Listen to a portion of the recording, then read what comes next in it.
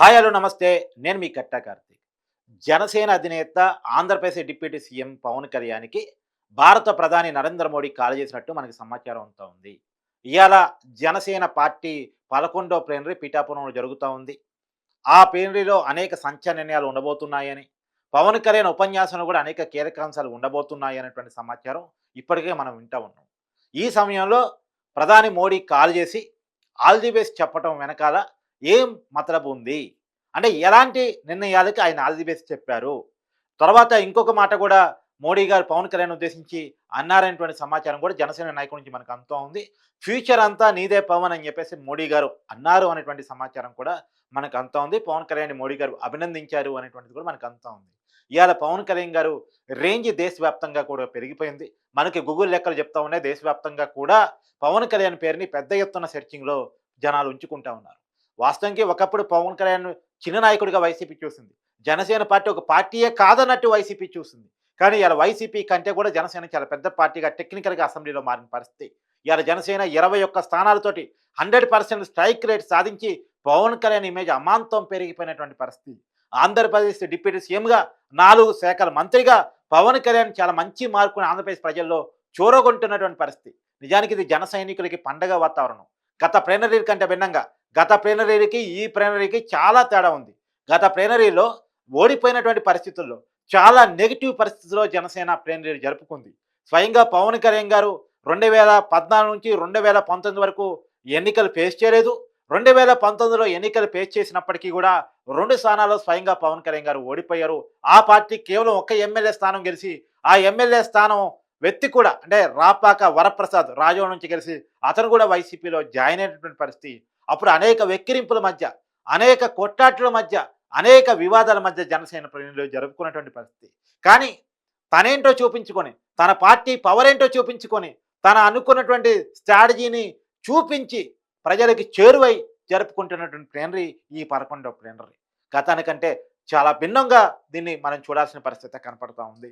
ఈ సమయంలో పవన్ కళ్యాణ్ ఇమేజ్ అమాంతం పెరిగినటువంటి పరిస్థితి. ఇప్పుడు ఫోన్ చేసి చెప్పిన సమాచారం మాత్రమే కాదు. గతంలో స్వయంగా మీడియా ముఖంగా అందరూ చూస్తుండగానే ఇతను పవన్ కాదు తుఫాన్ అని చెప్పేసి మోడీ గారు ప్రశంసించినటువంటి పరిస్థితిని మనం చూస్తా ఉన్నాం. అంటే పవన్ కళ్యాణ్ గారి ఇమేజ్ గురించి మనం కొత్తగా మాట్లాడుకోవాల్సిన అవసరం లేదు. కేవలం ఆంధ్రప్రదేశ్‌లోనే కాదు, మహారాష్ట్ర ఎన్నికల ప్రచారంలో పవన్ కళ్యాణ్ గారు పనిచేసినప్పుడు, మహారాష్ట్రలో పవన్ కళ్యాణ్ గారు ప్రచారం చేసిన ప్రతి స్థానాన్ని కూడా ఎన్డీఏ గెలిచినటువంటి పరిస్థితి. రేపు పవన్ కళ్యాణ్‌ని సౌత్ ఇండియా మొత్తం కూడా అతని ఇమేజ్‌ను వాడుకోవాలి, అతని చరిస్మాను వాడుకోవాలి, అతని పర్సనాలిటీని వాడుకోవాలని చెప్పేసి భారత ప్రభుత్వం అంటే బీజేపీ పార్టీ చూస్తున్నటువంటి పరిస్థితి. రాబోయే సౌత్ ఇండియా రాష్ట్రాల ఎన్నికల్లో అంటే అటు కర్ణాటక ఎలక్షన్స్‌లో గానీ, ఇటు తమిళనాడు ఎలక్షన్స్‌లో గానీ, రాబోయే కేరళ ఎలక్షన్స్‌లో గానీ, ఖచ్చితంగా తర్వాత వచ్చే తెలంగాణ ఎలక్షన్స్‌లో గానీ, ఖచ్చితంగా పవన్ కళ్యాణ్ ఇమేజ్ తమకి పనికొస్తది. పవన్ కళ్యాణ్‌ని మనం ఖచ్చితంగా వాడుకోవాలి అని చెప్పేసి బీజేపీ ఆలోచిస్తున్నటువంటి పరిస్థితి. ఇవాళ సనాతన ధర్మం అనేటువంటి ఒక ఎజెండాని నెత్తి మీద పెట్టుకొని, ఈ దేశంలో సనాతన ధర్మ పరిరక్షణ బోర్డు కావాలని నినాదం ద్వారా హిందువులకి, హిందూ వాదానికి పవన్ కళ్యాణ్ చేరువ కావడం ద్వారా బీజేపీ యొక్క ఐడియాలజీని సౌత్ ఇండియాలో పెద్ద ఎత్తున వ్యాపింపజేసి ఒక ఐకాన్‌గా పవన్ కళ్యాణ్ ఉంటాడు అని చెప్పేసి బీజేపీ పెద్దలు చూస్తున్న పరిస్థితి. అందుకనే దేశవ్యాప్తంగా కూడా బీజేపీలో పవన్ కళ్యాణ్‌కి అంత ఇంపార్టెన్స్ పెరగడానికి కారణం. అంటే వాళ్ళు దేశవ్యాప్తంగా ఎవరికైతే ఇమేజ్ బిల్డప్ అవుతూ ఉంటుందో వాళ్ళని కొంత అడాప్ట్ చేసుకుంటూ ఉంటారు. బీజేపీ రాజకీయం అలా ఉంటది. అందులోనూ తమ ఐడియాలజీకి చాలా దగ్గరగా ఉండి, తమతో నమ్మకమైన మిత్రుడిగా ఉండి, చిరకాలం మిత్రుడిగా ఉంటాడు అనుకుంటున్నటువంటి పవన్ కళ్యాణ్‌ని వారు ఇంకెక్కువ దగ్గర తీసుకుంటున్నటువంటి పరిస్థితి మనకు కనపడతా ఉంది.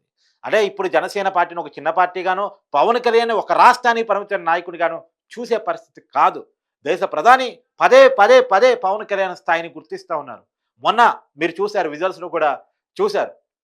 ఢిల్లీ ముఖ్యమంత్రి ప్రమాణ స్వీకారంలో అందరూ కీలక జాతీయ నాయకులు ఉన్నటువంటి పరిస్థితుల్లో ఇద్దరే నాయకుల్ని మోడీ ఆగి పలకరించారు. ఒకటి పవన్ కళ్యాణ్‌ని, 2 చంద్రబాబు నాయుడు గారిని. చంద్రబాబు నాయుడు గారిని పలకరించడం కొత్తేం కాదు. ఎందుకంటే ఆయన స్థాయి వేరు. ఆయన గతంలో ఎన్డీఏ కన్వీనర్‌గా పనిచేసినటువంటి వ్యక్తి చంద్రబాబు నాయుడు గారు. సుదీర్ఘకాలం ఆంధ్రప్రదేశ్‌లో రాజకీయాల్లో ఉన్నారాయన. ఇప్పుడు 4గోసారి ముఖ్యమంత్రి ఆయన. భారత రాజకీయాల్లో చంద్రబాబు నాయుడు గారికి ఒక ప్రత్యేక స్థానం ఉంది. కాబట్టి ఆగి పలకరించడంలో మనం కొత్తగా చూడాల్సిన అవసరం లేదు. పైగా టీడీపీ ఎంపీల మద్దతుతోనే ఎన్డీఏ గవర్నమెంట్ కొనసాగుతోంది. టీడీపీ కీలక భాగస్వామిగా ఉంది కాబట్టి చంద్రబాబు నాయుడు గారిని పలకరించడంలో మనం కొత్తగా చూడాల్సిన పని లేదు. కానీ పవన్ కళ్యాణ్‌ని కూడా ఆగి ఒక నిమిషం పాటు, కొన్ని సెకన్ల పాటు ఆగి పలకరించి మాట్లాడి వెళ్ళిపోయినటువంటి పరిస్థితి. అంటే మోడీ గారు ఇస్తున్నటువంటి ఇంపార్టెన్స్ నేను చెప్తున్నా. చాలా క్లియర్‌గా పవన్ కళ్యాణ్‌కి ఇస్తున్న ఇంపార్టెన్స్ చూస్తున్నా. చాలా విజన్ ఉన్న నాయకుడిగా వాళ్ళకి కనపడకపోతే, అతనితో ఫ్యూచర్ ఉందని గనుక బీజేపీ భావించకపోతే అంత ఇంపార్టెన్స్ ఇవ్వరుగా.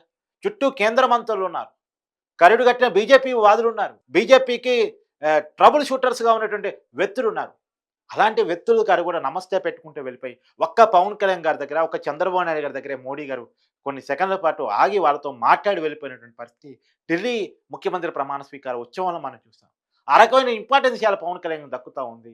ఇవాళ మోడీ గారు స్వయంగా ఫోన్ చేసి పవన్ కళ్యాణ్‌ని అభినందించి అతనికి విష్ ఆల్ ది బెస్ట్ చెప్పారు అంటే, పవన్ కళ్యాణ్ ఇప్పుడు ఎలాంటి నిర్ణయాలు తీసుకోబోతున్నాడు మనకు అందుతున్న సమాచారం ప్రకారం రాబోయే కాలంలో తమిళనాడు ఎన్నికల్లో కూడా జనసేన పోటీ చేయాలి అనుకుంటున్నట్టు, కర్ణాటకలో కూడా జనసేన పోటీ చేయాలనుకున్నట్టు మనకు సమాచారం అంతా ఉంది. తమిళనాడులో ఒక 2 సీట్లు తెలుగు వాళ్ళు ఎక్కువగా ఉన్నటువంటి ప్రాంతాలను ఎంచుకొని, తర్వాత కర్ణాటకలో ఒక 2 సీట్లు తెలుగు వారు ఎక్కువగా ఉంటున్నటువంటి ప్రాంతాలను ఉపయోగించుకొని, తర్వాత ఎంపీలప్పుడు కూడా ఒకటి తమిళనాడులో ప్లస్ ఒకటి కర్ణాటకలో ఖచ్చితంగా పోటీ చేయాలి. అది కూడా గెలిచే స్థానాన్ని ఎంచుకొని పోటీ చేయాలి. తెలుగువారు ప్రధానంగా ఉన్నటువంటి ప్రాంతాల్లో పోటీ చేయాలని పవన్ కళ్యాణ్ భావిస్తున్నట్టు తెలుస్తా ఉంది.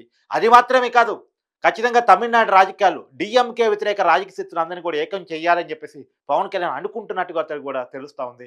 సనాతన ధర్మం కి కొంత పాజిటివ్‌గా ఉన్నటువంటి శక్తుల్ని, సంఘాలని, పార్టీలని ఏకం చేయడం ద్వారా డీఎంకేని ఓడించే స్ట్రాటజీని పన్నాలి అనేటువంటిది. ఎందుకంటే ఏపీలో వర్కౌట్ అయిన ఫార్ములా వైసీపీ వ్యతిరేక ఓటు చీలనివ్వకుండా ఉండాలని ఒక నినాదం ఏదైతే వర్కౌట్ అయిందో, అది తమిళనాడు ఎలక్షన్స్‌లో కూడా డీఎంకే వ్యతిరేక ఓటు చీలనివ్వకుండా ఉంచాలి. సనాతన ధర్మం వాదులంతా ఏకం కావాలి. డీఎంకే వ్యతిరేక ఓటుని చీలనివ్వకుండా కాపాడుకోవాలని చెప్పేసి ఒక నినాదాన్ని పవన్ కళ్యాణ్ తమిళనాడు ఎలక్షన్స్‌లో తీసుకోవాలి అనుకుంటున్నట్టు కూడా తెలుస్తా ఉంది. ఒకేపు ఆంధ్రప్రదేశ్‌లో 2029 వరకు ఎలక్షన్స్ లేవు కాబట్టి, ఆంధ్రప్రదేశ్ రాజకీయాన్ని చూసుకోవడానికి సీఎంగా చంద్రబాబు నాయుడు గారు ఉన్నారు కాబట్టి, తను కొంత సౌత్ ఇండియా పాలిటిక్స్, ఇతర రాష్ట్రాల పాలిటిక్స్ మీద బీజేపీకి వర్కౌట్ అయ్యే విధంగా చూడగలిగితే తన ఇమేజ్ కూడా దేశవ్యాప్తంగా పెరుగుతూ ఉంటుంది. తన పార్టీ కూడా ఇమేజ్ పెరుగుతూ ఉంటుంది. ఒకవైపు తన మంత్రిత్వ శాఖను చూసుకుంటూనే, తనకిచ్చిన బాధ్యతను చూసుకుంటూనే, వాటిని న్యాయం చేస్తూనే, ఇంకోవైపు తన పార్టీని సంస్థాగతంగా ఇతర రాష్ట్రాలు కూడా బిల్డ్ చేసుకోవాలి. ఆ రకంగా దేశవ్యాప్తంగా తన ఇమేజ్ని బిల్డప్ చేసుకోవాలి అని చెప్పి పవన్ కళ్యాణ్ ఆలోచిస్తున్నట్టు కూడా తెలుస్తూ ఉంది. మనకు అందుతున్న సమాచారం ప్రకారం వచ్చే ఎలక్షన్స్‌లో పవన్ కళ్యాణ్ ఎంపీగా పోటీ చేయాలనుకుంటున్నారు. కేంద్ర మంత్రిగా వెళ్ళాలనుకుంటున్నారు అనేటువంటిది కూడా మనకు అందుతున్న సమాచారం. ఎందుకంటే రాష్ట్ర రాజకీయాల్లో ఇంకొంతకాలం చంద్రబాబు నాయుడు గారు అధికారంలోకి ఉంటేనే, ఆయన ద్వారా పరిపాలన కొనసాగిస్తేనే ఈ రాష్ట్రం అభివృద్ధి చెందుతుంది. మళ్ళా జనసేన, టీడీపీలో ఈ పొరపచ్చారు రాకుండా కొంతకాలం పాటు చంద్రబాబు నాయకత్వంలోని రాష్ట్రాన్ని తీసుకెళ్తే అప్పటికి వైసీపీ కిల్ అయిపోతుంది.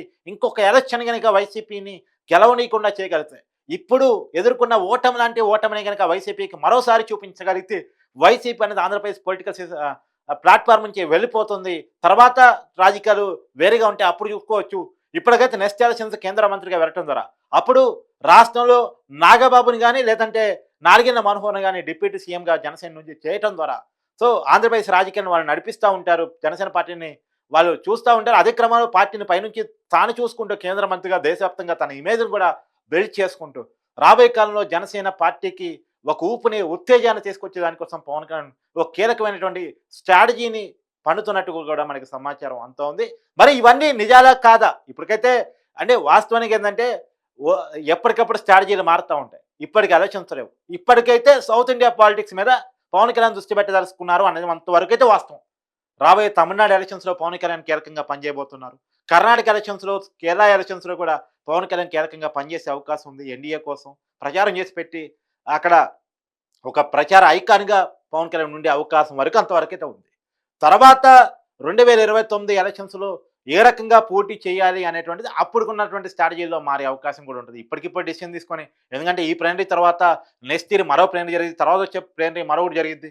ఎన్నికల ముందు తీసుకునేటువంటి డెసిషన్స్ వేరు. ఇది ఎంపీయా, కేంద్ర మంత్రి అవన్నీ అప్రస్తుతాలు ఇప్పటికి. ఇప్పటికి అనుకునేటువంటి ఆలోచనలు మారుతున్న రాజకీయాలను బట్టి ఆలోచనలు మారుతూ ఉంటాయి. కానీ రాబోయేటువంటి తమిళనాడు, కర్ణాటక ఎలక్షన్స్‌లో మాత్రం పవన్ కళ్యాణ్ చాలా కీలకంగా వ్యవహరించే వరకు డెసిషన్స్ అయిపోయాయి అనేటువంటిది, వాటికి మోడీ గారు కూడా ఆల్ ది బెస్ట్ చెప్పినట్టు కూడా మనకు వస్తున్నటువంటి సమాచారం.